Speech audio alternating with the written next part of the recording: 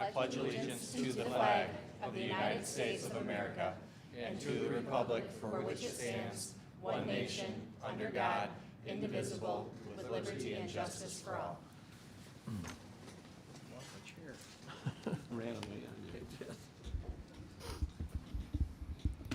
Okay, we will start with introductions. Mr. Ott. Griffin Ott.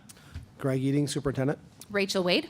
Houston Beckrow. Bill Scalata. Scott Allen. Lori Van Koenig. Okay, the first item of business tonight is to approve our agenda. Board members, you've had a chance to look that over. If everyone is okay, I would accept a motion to approve. So moved. Support. All those in favor? Aye. Any opposed? All right, moving on. Because this is our annual organizational meeting, we have a bunch of things in our consent agenda that I do just kind of want to go over to make sure that, for transparency's sake, that we're going over all this and knowing what we're approving. So the first is our minutes from our December meeting and financials that we review every month. Information on bank depositories, check signatures, who's able to sign for checks, financial institutions where we have investments. The superintendent and chief financial officer being appointed to serve as deputy to the board secretary for matters that are appropriate. The superintendent acting as the executive secretary of the board for signing particular communications. That the superintendent is authorized to issue and sign all contracts with teachers and administrators subject to board approval.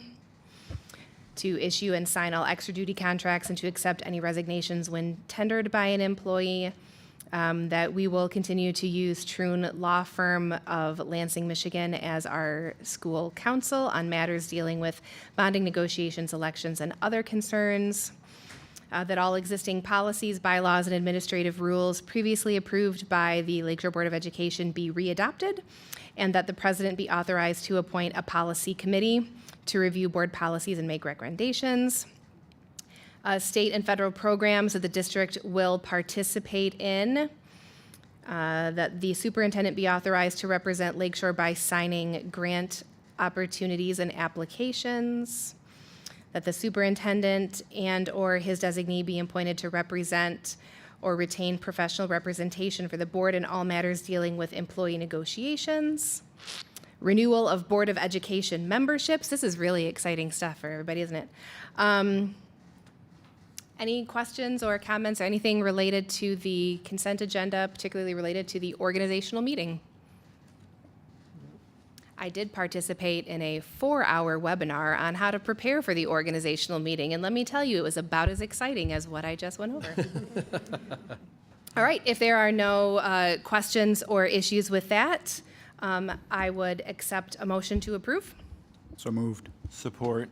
And this is a roll call vote. So Mr. Ott? Aye. Dr. Beckrow? Aye. Mr. Scaletta? Aye. Mr. Allen? Aye. Mrs. Van Koenig? Aye. And I vote aye.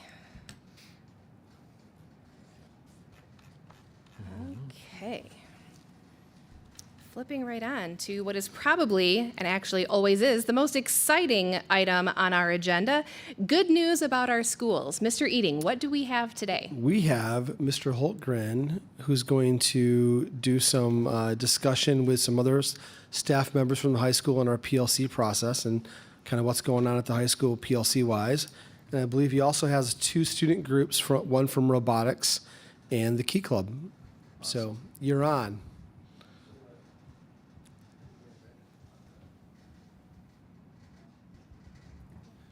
So Rachel, when you said, how exciting that was, so probably the adult part of this is going to be a lot less exciting than this part of it. So actually, we've invited 2 groups of students to come talk tonight.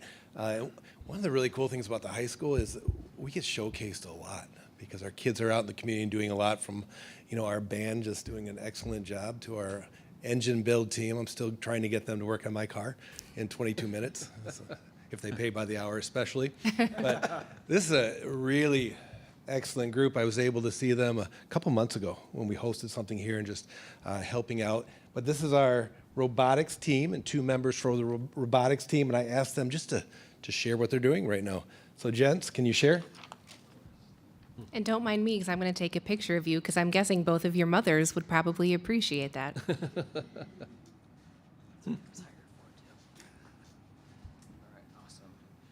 So we are here to represent the Lakeshore Robotics team, Team 4237. I am Sam Velasco, the team captain and co-captain of the software team. I am Cole Miller. I'm the Bill team lead. Last year's game was called Charged Up. It was this energy-focused game, and it consisted of you picking up cubes and cones to score on this grid, which can be seen on the right picture. And then there was also, at the end of the game and beginning, you had to balance on the seesaw-like platform to score extra points. We participated at 2 events, the Calvin University, where the bottom left picture is taken, and then the St. Joe competition here, which is our local competition. Our robot's name was Baymax last year, and it's seen on the bottom right. One thing we contributed last year, it was a new addition. Previous years, we'd have a mascot, but a new team member was able to create a new mascot that we see on the top left. And then there, the top right, is a picture of our drive team. It consisted of Sam, Owen Doms, and then a Lakeshore graduate, Maxwell, who was the driving captain. So these pictures are from the St. Joseph event, where we performed extremely well, and it's kind of in small print, but there's a 2 next to our team number because we finished in 2nd place throughout the qualification matches, and because of that performance, we qualified for the state championship event. One thing that we like to focus on in the off season when we're not actively building a robot and competing is our community outreach. So these 2 events pictured are the Community Fun Day and the Lakeshore Lions Car Show. And at these events, we like to bring our robot and to show off what it does and to just get people excited in the community about what we do. We also let kids come and drive the robot themselves and just to get excited. It's a really cool event that we get to participate in every year, and we're always excited to go and volunteer. Another part of our community outreach is the first LEGO League event that we host here at the high school. So LEGO League is the robotics circuit for the elementary school kids, and so they build really small robots out of Legos, but still building those same skills that we do at the high school level.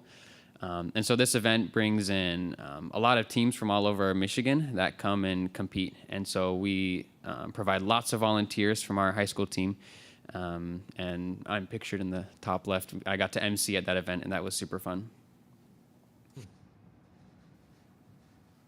This year's game is called Crescendo. It's focused on the arts. This year, it's all about incorporating the arts into STEAM, incorporating arts into STEM, creating STEAM. This year's game consists kind of 3 big parts.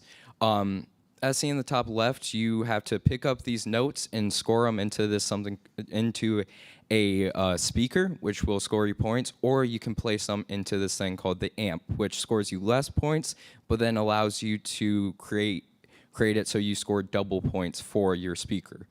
You can intake from the ground, you can intake from this thing called the source, and then at the end of the game, we have to be able to climb and hold onto a chain in the center of the field. One thing that we have been really proud of is our growth over the past couple of seasons. So in our 2021-2022 season, we had 16 members, and this year we are up to 38. And that has helped us in so many different ways. We are already so far ahead this year than we were in past years. And a cool note is that our population of girls has also increased, which is really awesome. We love what they do, and they're super helpful to the team, and we're glad to have all of them. So this is us, the most recent picture we've taken. We are currently on week 4 of our competition season. We are getting ready to put together our robot, and we will be competing soon. But we are super, super excited for the season. We're grateful for the opportunity to be here. Thank Thank you. Very good. Okay, before you walk away, board members, any questions? I wrote one down. Because you highlighted the incredible growth that your team has had. What do you attribute that to? I can go back to this slide.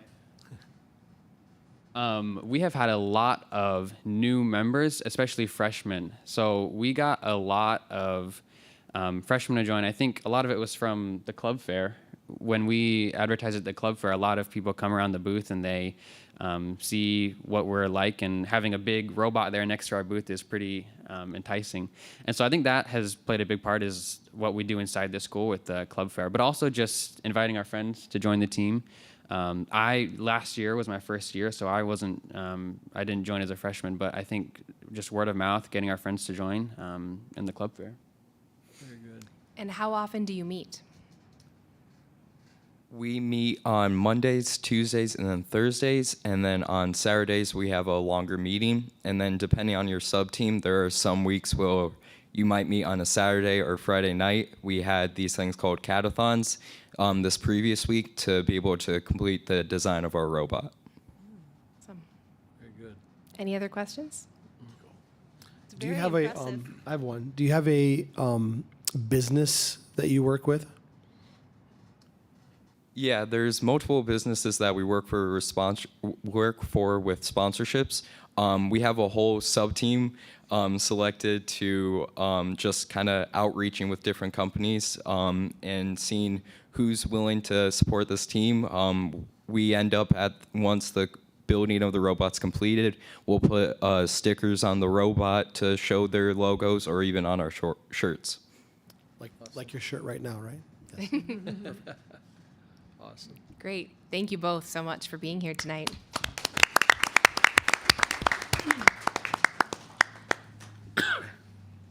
And these young people are committed. I know that firsthand because I think last Saturday when we had a snow day, the day before, or a couple days before, I got a call at like 6:30 in the morning from her husband. Hey, can the kids practice? Can they get together? Sorry, then I woke Greg up. So, yeah. Hey, there's a common denominator with a lot of these things that you're going to notice. For our robotics club, John Woodard does just an absolutely fabulous job. And right with him is Katie. And Katie does so many things at the school. If I didn't know who did something my first couple weeks of school, I just defaulted to Katie. And usually that was right. So thank you for what you're doing, Katie. And Yeah,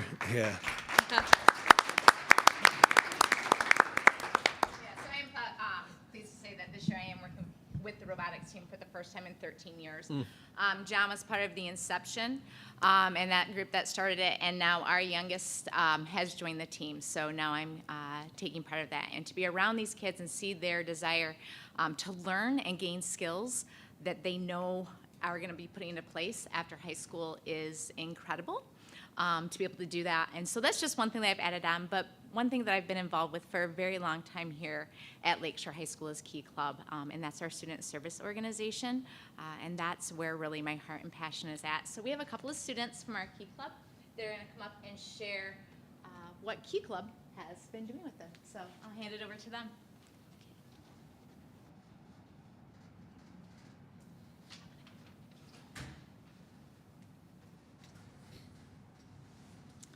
Okay, so my name is Marina, and I'm this year's Key Club president.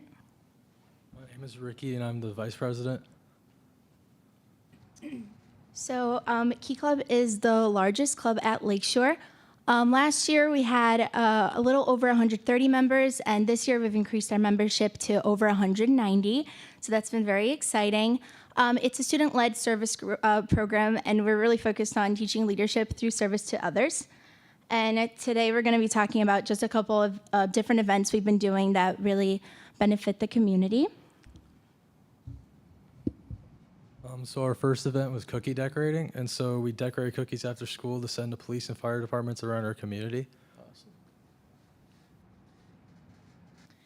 And then the Blanket Brigade is a Key Club classic. We have this event multiple times throughout the year.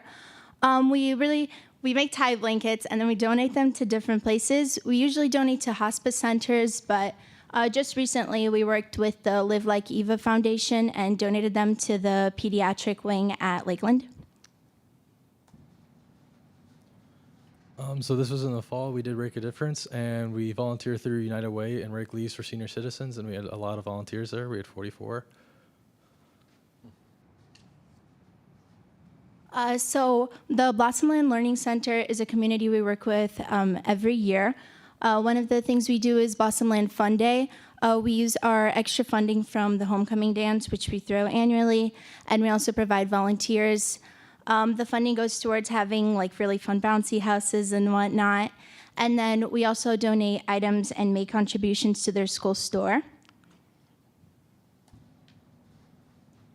So we had a roadside cleanup earlier this year, so we picked up trash around our school and community on the roads like down Lincoln. And then last but not least, we have our blood drive. We host our blood drive every 8 weeks. And Key Clubbers are involved in a bunch of different ways with our blood drive. First, we have to work the sign-up table at lunch the week previous to the blood drive and always make announcements during lunch and get kids signed up. And then you can also participate by donating blood or working the blood drive shift, helping everything run smoothly, get kids from class to our blood drive. And at our last blood drive, we had 47 successful donations, so that was very exciting. And that's all we have for now. Thank you, guys. Okay, before you walk away, board members, any questions? I can see your wheels turning, Scott. You're thinking of something. So just really briefly, what led you to join Key Club, and what is one of the biggest things that one of the biggest ways that you have benefited from your participation? So I actually wasn't a part of this community until I moved from Brazil in 4th grade, and I've always been really passionate about giving back. I've had so many opportunities given to me living here and so many different things I've gotten to do. So I've always been really passionate about giving back to our school and just our community as a whole. I started volunteering my freshman year through Key Club, and then my junior year, I joined the board as bulletin editor, and then I'm really happy to be here as president. So I guess that's my Key Club story. I only joined last year, and I joined because Sam told me to join. I guess he's gone now, but yeah. I really like volunteering. I learned a lot of leadership skills through my vice president role and my independent study. So. Awesome. Well, thank you both. Thank you.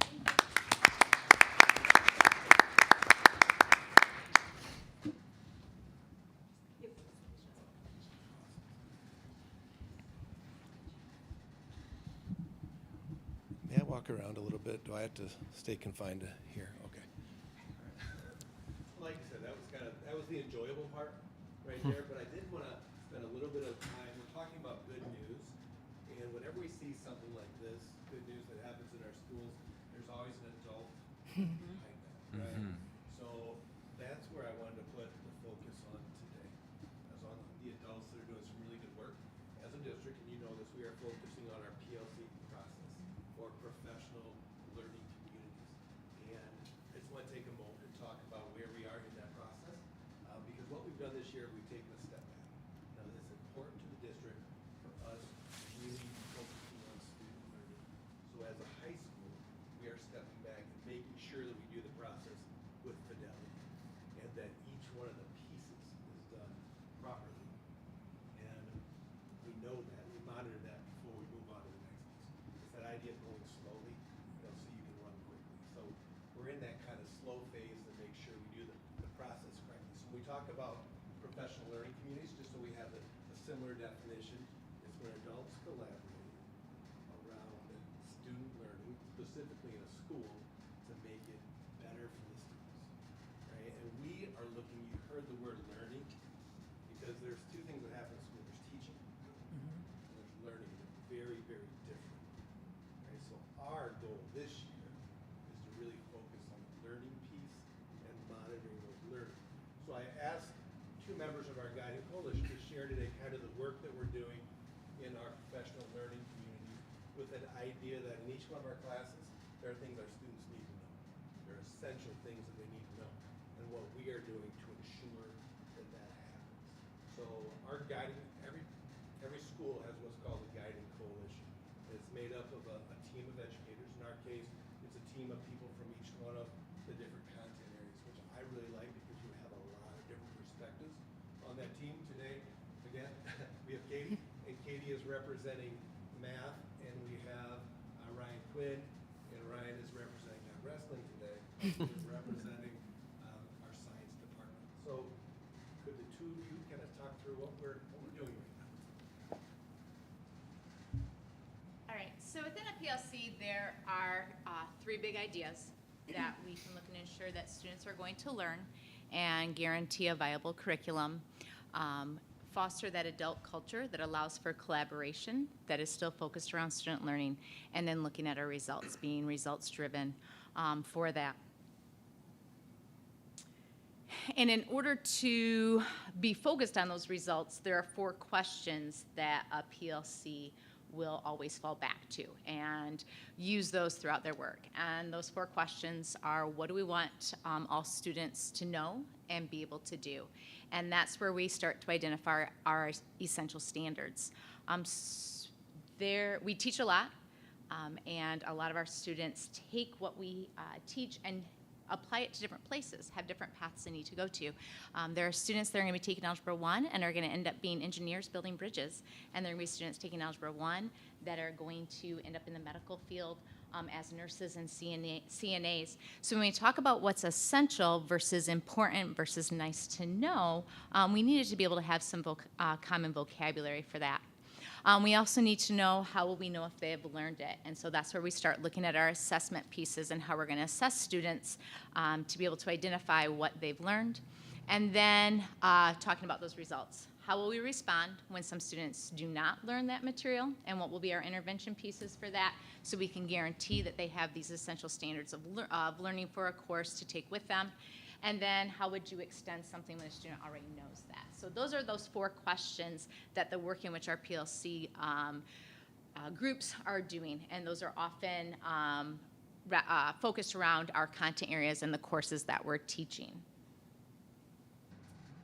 This summer, we had the opportunity to go to Lincolnshire. LEF has invested money into making sure that our staff throughout the district can have this opportunity to attend this 3-day conference. And as someone who, back when PLCs were first introduced with Bill Scaletta a number of years ago, and fell in love with it and got to meet the Dufours or see them present in Detroit, and be able to do that, this was 3 days that kind of swept everything away. Like, it is an amazing synergetic culture there. And you really kind of take a look and see it, where could we be? What can a PLC school be? And what are we going to do to make ourselves one? And we were there with a group of people who were in the same boat as us and wanting to do that. So we really started thinking about, what do we need to do to get there? And I think that's when we realized there was a large amount of adult learning. There's a lot of vocabulary, and anytime we introduce vocabulary and terms and phrases and catchphrases, everyone can walk away with a little bit of a different understanding and operating in a PLC that doesn't work very well. So we realized that that was what was going to be our professional development for the year, is taking a step back and focusing on that adult learning. Because if we don't have our adults understanding what we're doing, we're not going to be able to answer those 4 questions as we move forward. And then here we are. Right. I think I know I was excited for the day, but I think Ryan walked away even more excited from those 3 days. Education Meadows. All right. Yes, you can go ahead. Thank you. Yeah, so when we approached this work this school year, we kind of ended off last year in this stagnation of essential standards and what those will be. You know, for example, in science, we have next generation science standards, which covers all, you know, age groups and levels. And, you know, and you look at specifically chemistry, next gen does not, you know, include everything that we need from the chemistry standpoint. So we've spent a great deal on trying to decipher what is an essential standard in comparison to what that state standard is asking of us, right? And we slow rolled it this year, and really focused on that area, So I think moving forward, we're getting closer to be at that position to where we are now looking at common formative assessments. As Mrs. Woodard said, that we are looking at trying to identify our different vocabulary words. There's lingo, there's things that I'm still learning as a young educator, but with being able to identify what our content areas agree on as that essential piece. If they don't get this, they cannot move on. Then I think we have a very good common ground in which we can, improve our Tier 2 and Tier 3 interventions. Our Tier 1 interventions are great. We utilize seminar. Our teachers are phenomenal at on-the-spot modification and for their students. But when we start developing these common informative assessments on these essential bits, it could be as far as saying, okay, is this learner not understanding the material, or does this learner have more difficulty with reading or reading comprehension that is not pertain to my content or curriculum, but just as them as a learner in general. So we were really excited about moving forward. I felt this school year has been phenomenal with being able to take a step back and really identify, what are we really truly going to teach our kids that are going to move forward. And so we're excited about where we're at this point. Because there was a while here at the high school where it felt like common assessments and common curriculum meant common teaching, and that we all had to look the same. And so that was part of what this fall was about, and identifying what an essential standard is, what a nice to know, what important is, and getting the idea that just because we have common learning doesn't mean that the teaching has to look the same. Right. That each of us have a gift, we have skills, we have personalities, we have items we bring into us with the experiences we bring into the classroom, and those can still be part of our teaching and how we help students learn. But we needed to be able to understand that this is what I am going to make sure students learn, and not just how I'm going to teach. And that, for some of us, there were a number of us that had been here for quite a while, took an adjustment and took some reteaching to do, just like we would do with our students. So that was a big part of this fall, and it's been pretty awesome to see that as a veteran teacher, 23 years here, to see that change and that roll around, and see our staff get on board and excited for this. So to close up, kind of our goal has been at the end of this is we want a guaranteed and viable curriculum. Right. We want a curriculum that is accessible to all of our students. So this is kind of the journey that we're taking, and they touched on it, so thank you. A lot of adult learning is taking place. We have begun to define what standards are really important Yep. in our classrooms. Very soon, we are going to be creating assessments, and we're going to use those assessments to monitor the learning.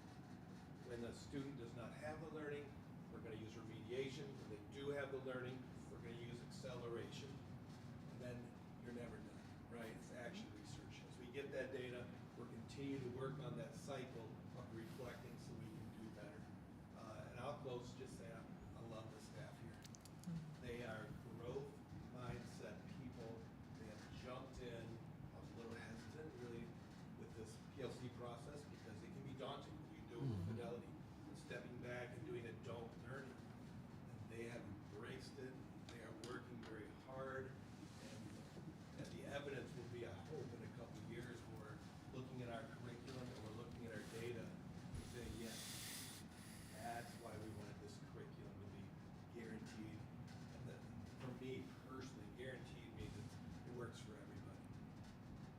That's our hope right now, that those kids that really struggle, it works for them. And those students that are going to Michigan, we had one that got accepted yesterday, or last week, it works for them too. Yeah. Congratulations.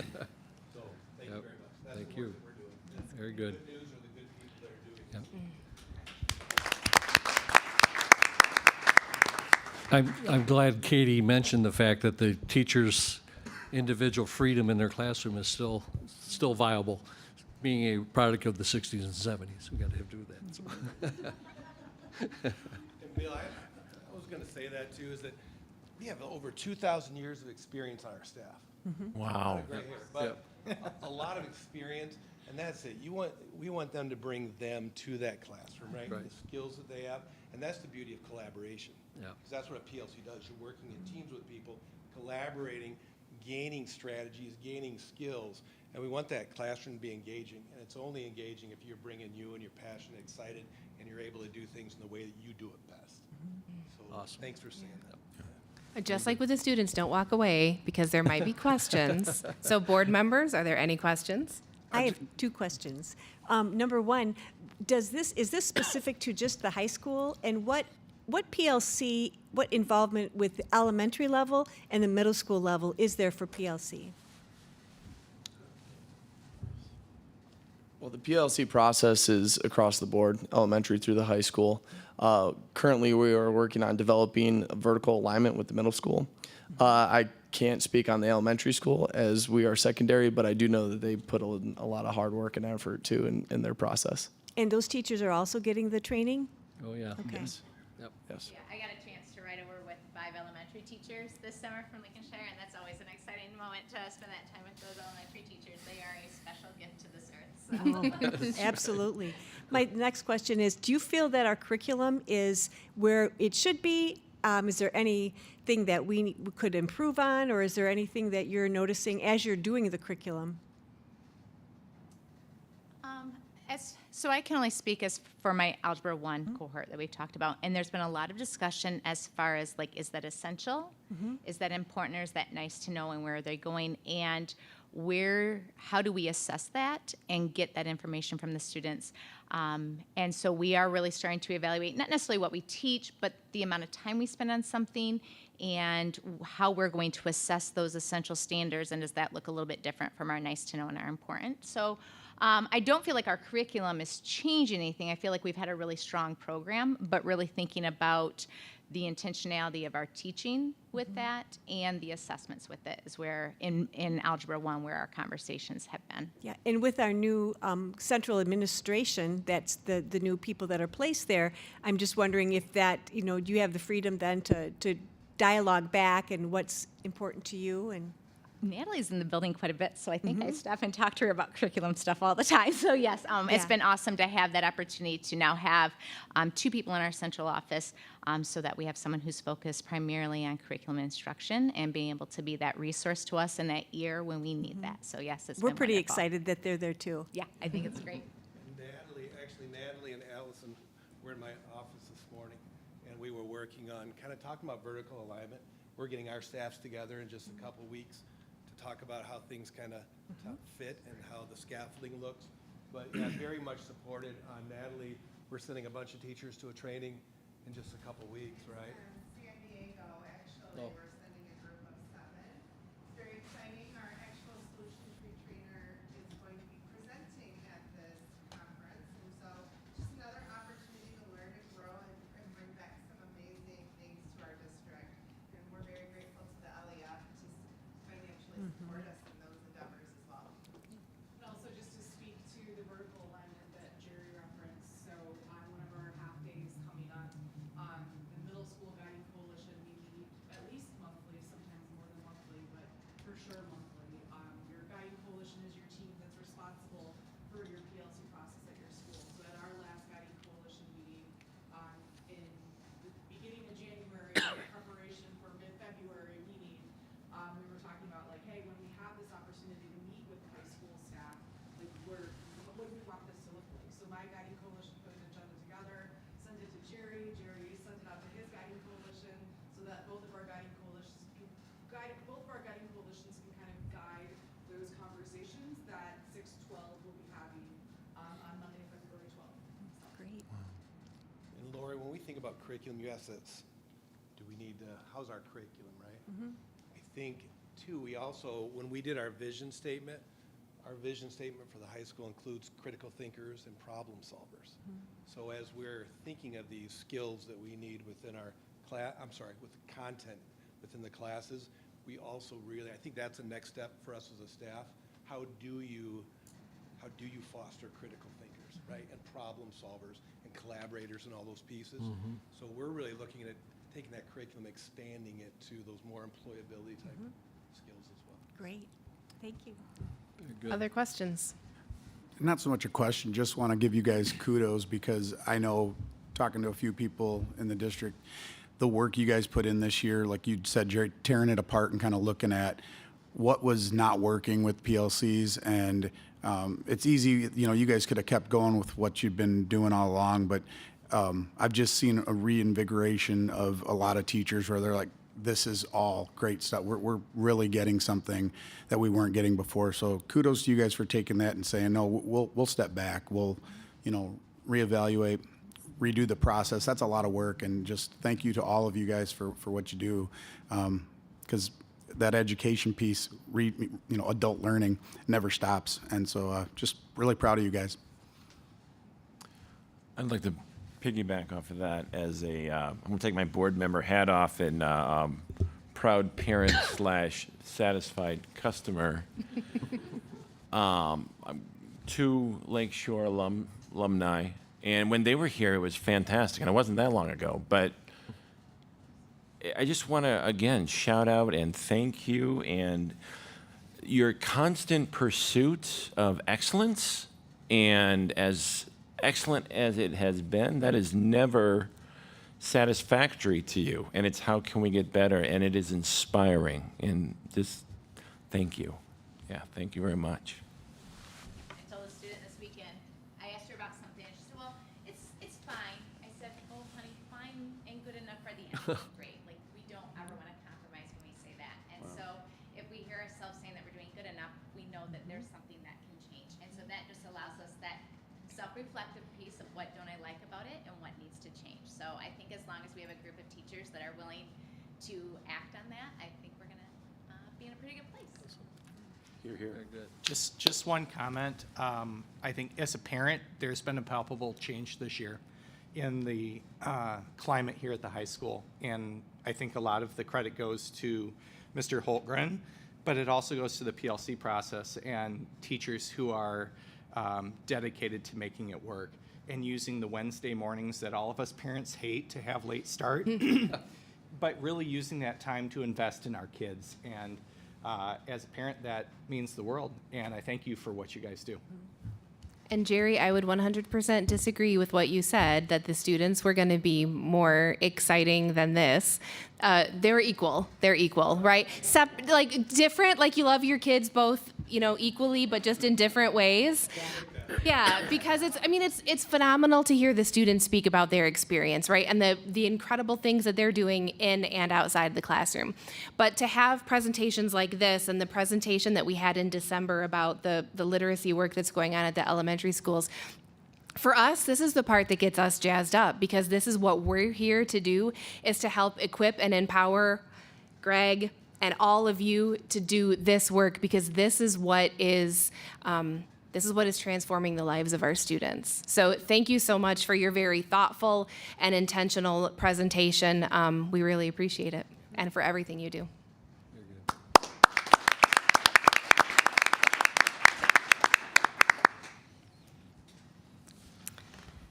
All right, well, Greg, you've got to top that now with your superintendent informational My report. super, like, we're doing good stuff. Can't you see? That's what we should have been at right there. Yeah, and I wrote this a while ago now. So, and this was back when winter was here. That was my first comment. Winter is here. It'll come back. Not so much It'll come anymore. back. It's a beautiful day today. Yeah, I really would start just by saying that we have a lot of amazing things going on, and I think I'll just say, reflecting back on my first board meetings in the district and our most current board meetings in the district, and how the work is happening, and that's exciting for me. We're not talking about it anymore, we're doing stuff. So that's exciting to me. So I'm going to jump to my second paragraph here, because the first paragraph's kind of moot. Ms. Maserata is in the room. Our director of curriculum instruction is leading the elementary leadership team through a complete change in the elementary literacy curriculum. Actually, some of your stuff is in the building right over here. I think you have to get rid of it somehow, but pretty exciting. They have met several times and reviewed many curricular options. The team has selected a product that a teacher from each grade level will pilot through the end of the year, correct? And I'm very proud of that work and excited for how that will impact our students moving forward. Highlighting Ms. Toothman. I see you're skipping the after prom meeting for our meeting. She had double duty tonight. Ms. Toothman has led a multi-pronged communication initiative that is pushing positive stories through the media and through the district. This has involved several press releases, changes to our social media accounts that have helped our message get distributed, in a district newsletter that is packed full of great stories.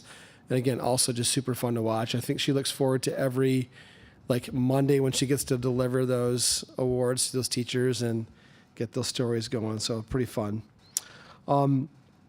Tracy Althouse is in the house. I did that on purpose. Our CFO has led our district through a complete software overhaul.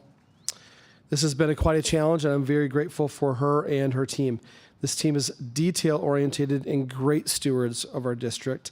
Tracy has done an amazing job of managing our finances to keep the district in a very healthy position.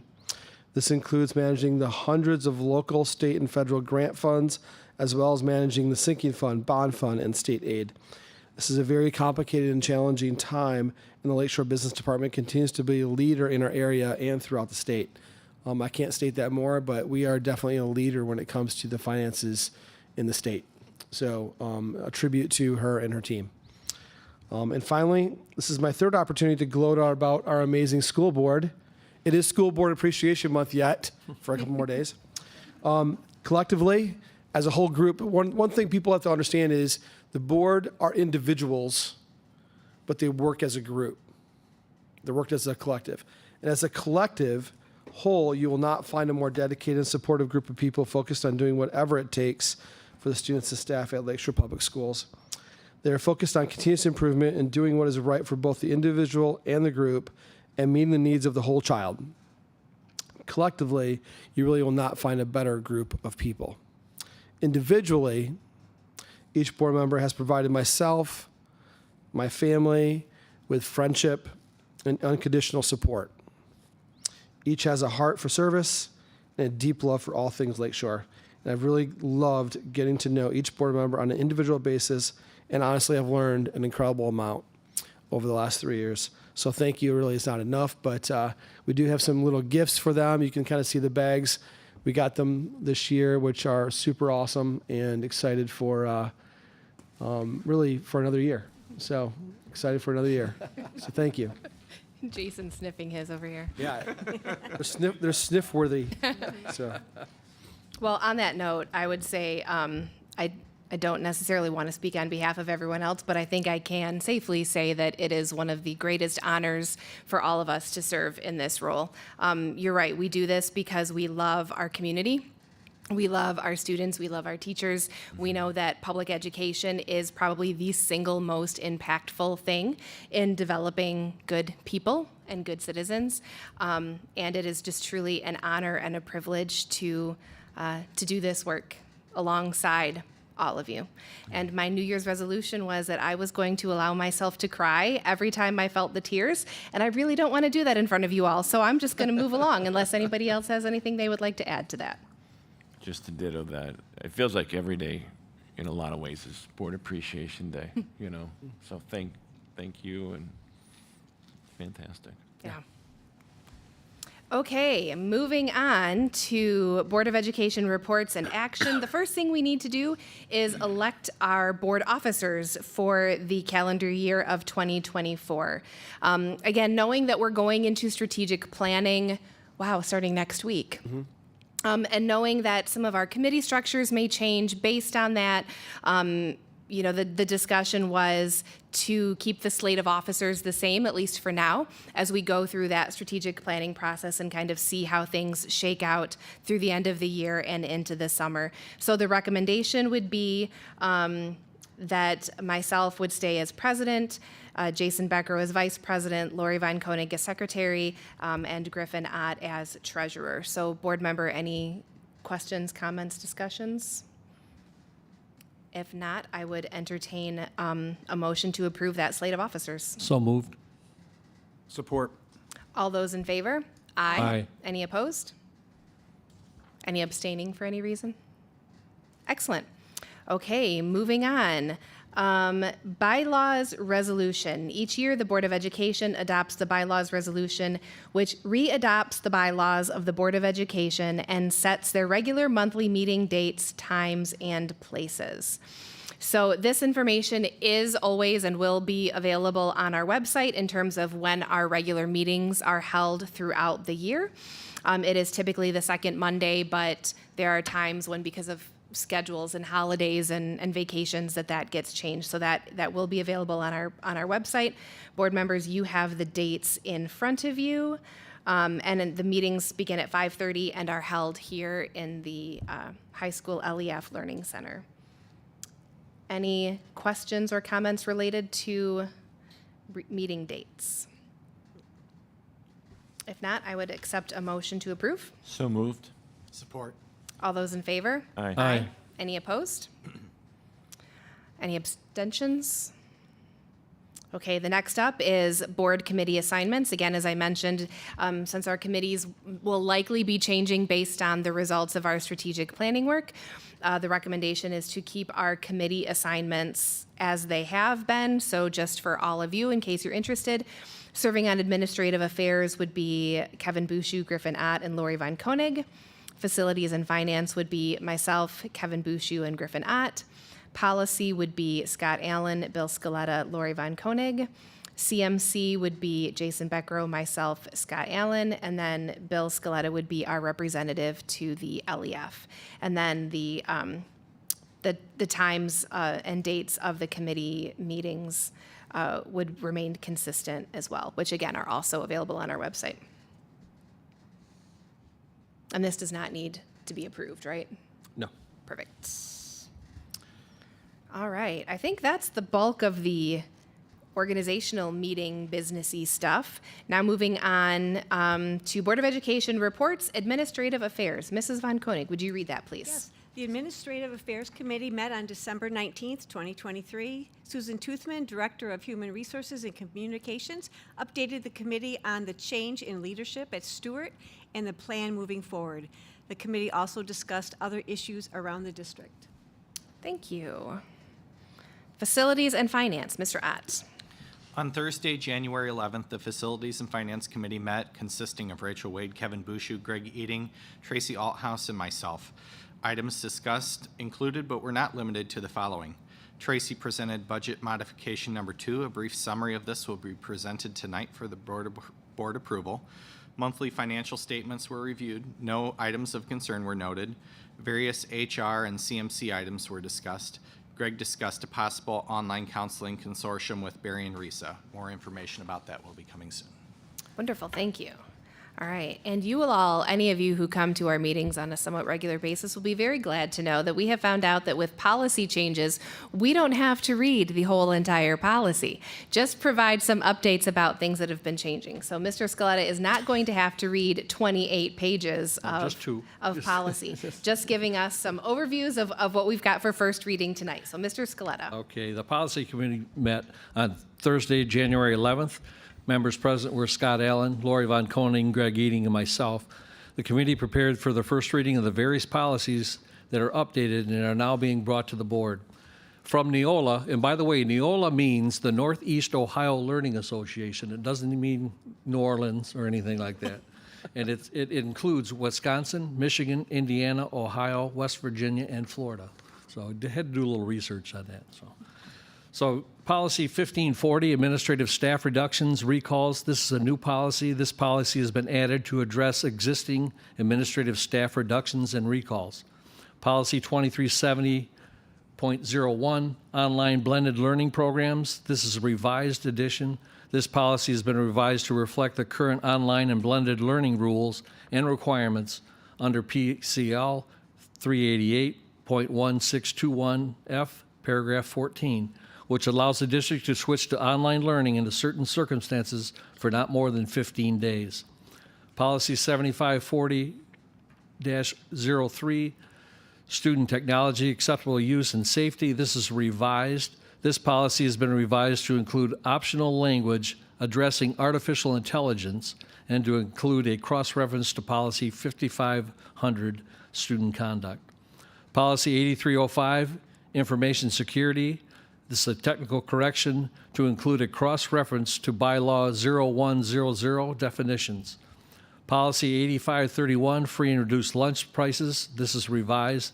This policy has been revised to address the free meal money allocation statutory policy reference, MCL 388.1630D. That states what the district must do to be eligible for funding and to determine if they qualify for federal free or reduced cost meal reimbursements. From Neola, the special updates, this is from November of 2023, revised policies, policy 0122, which is board powers. The attached revised to policy 0122 is necessary due to the elimination of many topics from the list of prohibited subjects of bargaining. Policy 1420, school administrative evaluation. This policy relates to the administrative evaluations. There are many changes to this statute, which is MCL 380.1249B, which go into effect July 1st, 2024. Staff reductions and recalls. This policy relates to staff reductions and recalls, which are no longer a prohibited subject of bargaining. Policy 3142, probationary teachers. The new law changed the rating system, which will be effective July 1st, 2024, which in turn created the need to revise the probationary teacher policy to accurately reflect the new rating system. Policy 3220, professional staff evaluations. Senate Bill 395 and 396 were recently signed into law by Governor Whitmer. These bills dramatically changed the evaluation system effective July 1st, 2024. Reissued policies, Policy 3120, employment of professional staff. This policy relates to the employment of professional staff, although the changes to the Public Employees Retirement Association remove the issue of hiring after a staffing or program reduction from the list of prohibited subjects of bargaining. The changes do not affect this policy. Policy 3139, staff discipline. Teacher discipline and discharge is no longer a prohibited subject of bargaining, and the changes to the statute remove the reference to arbitrary or capricious as a standard for discipline and discharge. And finally, Policy 3140, terminations and resignations. This policy addresses the termination and resignations of professional staff. It also already references the negotiated collective bargaining agreement, the Teacher Tenure Act, and the individual contracts as governing these decisions, and therefore is compliant with the changes to the law. That was still a lot to read. It still was, yes. So therefore, I'll move that Neola recommendations changes for policy 1540, 2370.01, 7540.03, 8305, and 8531, and from volume 38, November 1st, September 23, be updated in policy 0122, 1420, 3131, 3142, 3220, 3120, 3139, and 3140 from the November 2023 special update be accepted for first presentation. First reading. First reading. Excellent. Board members, any questions, comments? I'm sure you've had quite a bit of discussion in the policy committee related to all of these changes, especially since most of them are due to changes in state law, right? So Right. it is what it is. But any other questions? Would you like fries with that too? I should go get lottery numbers tonight. If not, I would accept a motion to approve these for first reading. So moved. Support. All those in favor? Aye. Aye. Any opposed? Any abstentions? Okay, moving on. Adopting a resolution to call for the election for the sinking fund renewal bond in May. Greg, do you want to read this? Do you want me to? I got it. Okay. Tonight, we are asking that the board adopt the enclosed resolution calling the special school election to be held Tuesday, May 7th, 2024, for the proposed renewal of the sinking fund bond. So this is a 10-year renewal, and it is basically the exact same language that has been in our previous sinking fund. The sinking fund generates about $1.4 million a year. And it levies a 1.47 mils at this point in time. That was originally, by the way, a 1.5 mil that got heavily rollbacked twice, I think. We looked it up today. So, yeah, and that's just so everybody knows that is maybe one of the most important funds that we have in the district that allows our district to really operate and fund some of the projects on a consistent basis, and it helps us with planning. Our bond that was passed last year was basically put in place as a to collaborate. We'll use that PLC word, to collaborate with this sinking fund. So because basically our projects were outpacing what our sinking fund was able to cover. And one great example that I keep talking about is the high school parking lot. It's a $3 million venture to repave and redo the high school parking lot. That's 2 full years of our sinking fund without spending a cent on anything else, and very difficult to do in a district our size and with the projects and situations we have throughout the district. So, yeah, this is an important one, and one that you'll be seeing a lot of information coming out, especially with the ability to do, vote early now. So before the end of February, we'll be having a mailer go out about this one, provided you pass tonight's resolution. So.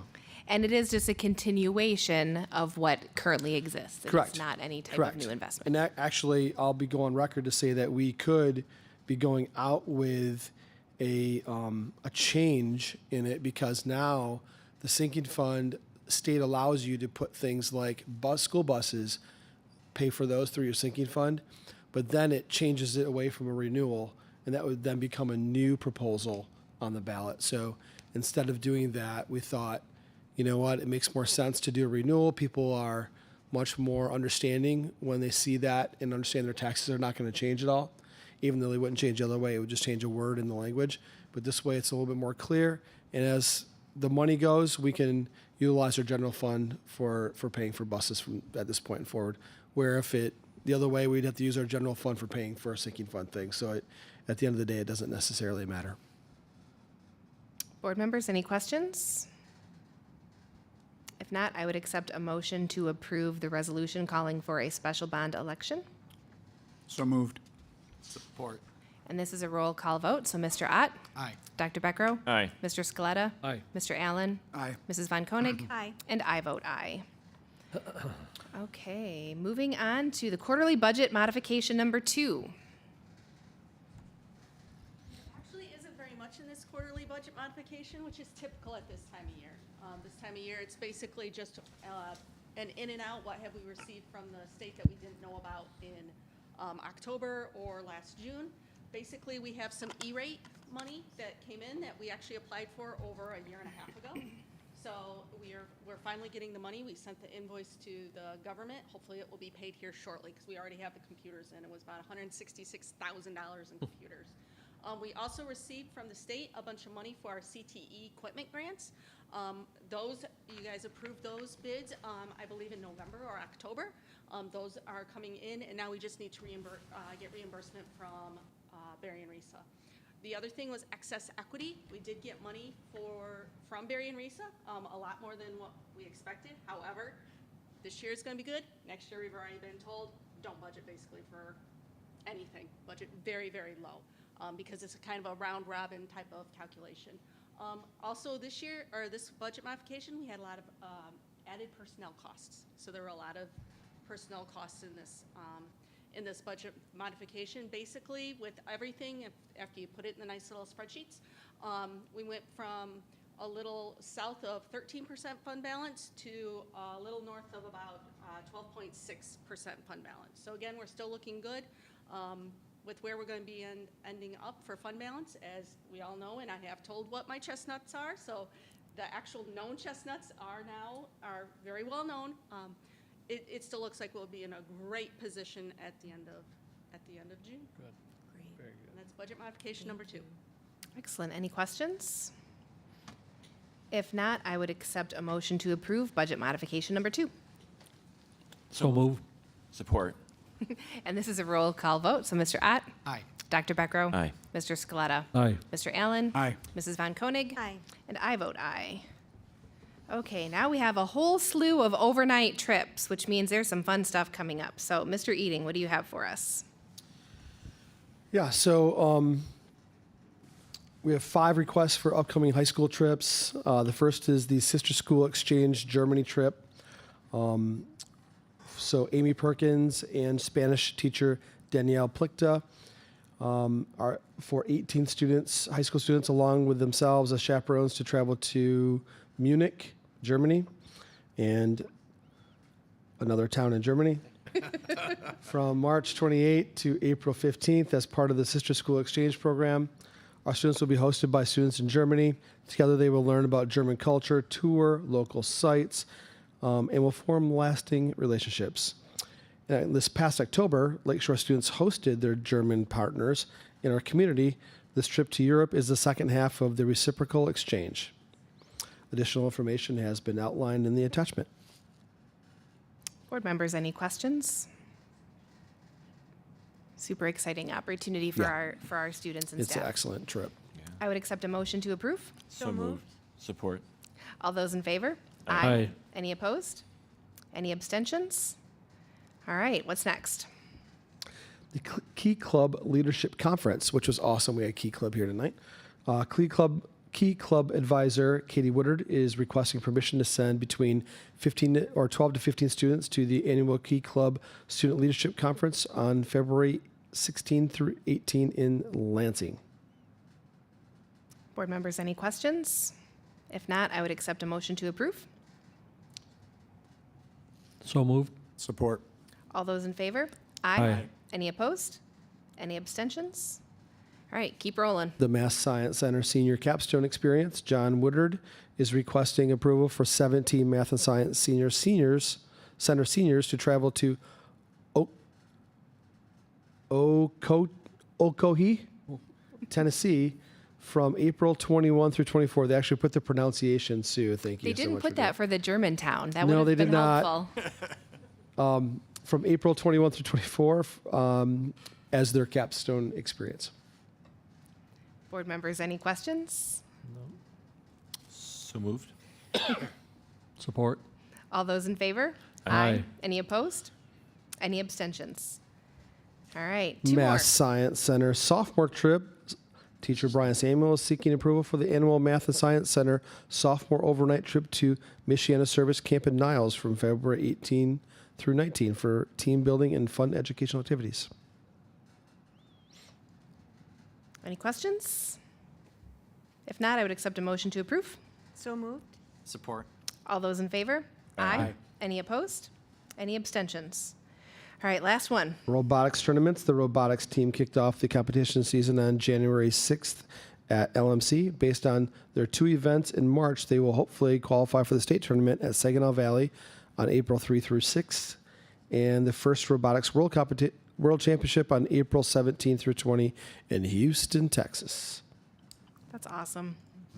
Any questions? If not, I would accept a motion to approve. So moved. Support. All those in favor? Aye. Any opposed? Any abstentions?